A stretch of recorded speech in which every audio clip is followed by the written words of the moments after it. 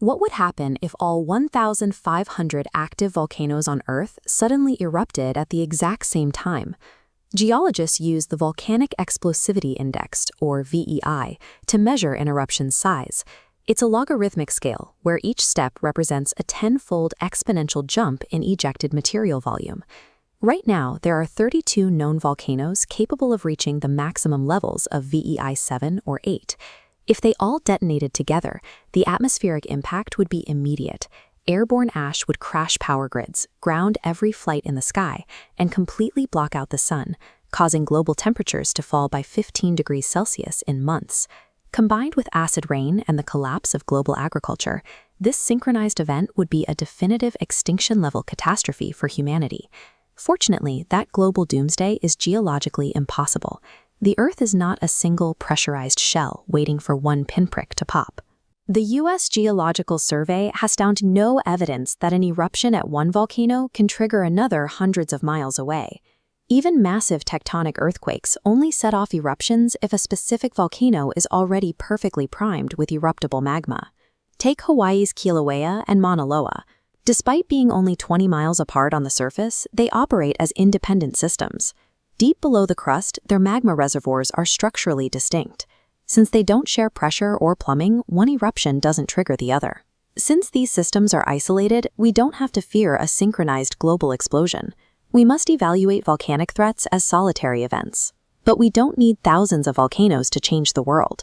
A single, massive, isolated eruption is powerful enough to alter the planet's atmosphere on its own.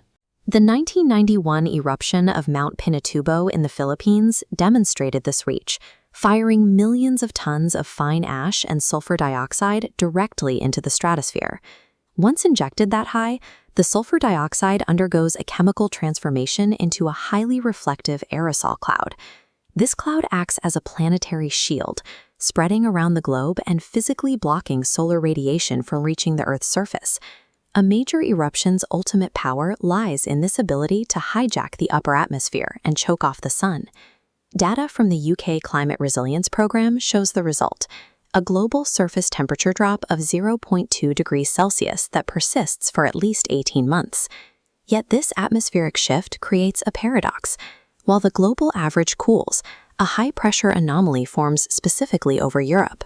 This regional pressure system brings unusually mild winters to Scandinavia and Siberia, even as the rest of the world experiences a significant cooling trend.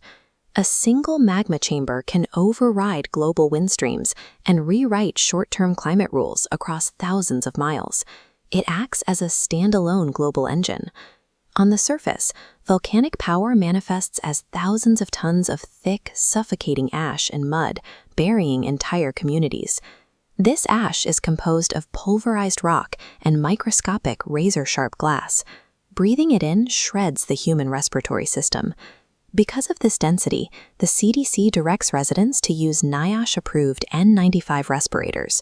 Standard dust masks offer little protection against these microscopic glass contaminants. Surviving a volcanic eruption is primarily an exercise in air filtration and respiratory defense, not outrunning lava. If you are forced to shelter, the guidelines advise windowless interior rooms with all HVAC systems disabled to prevent toxic intake. Evacuation must happen before the sheer weight of the ash paralyzes local transport infrastructure and clogs vehicle engines. These massive systems operate entirely independently of one another. They cannot coordinate to destroy the world.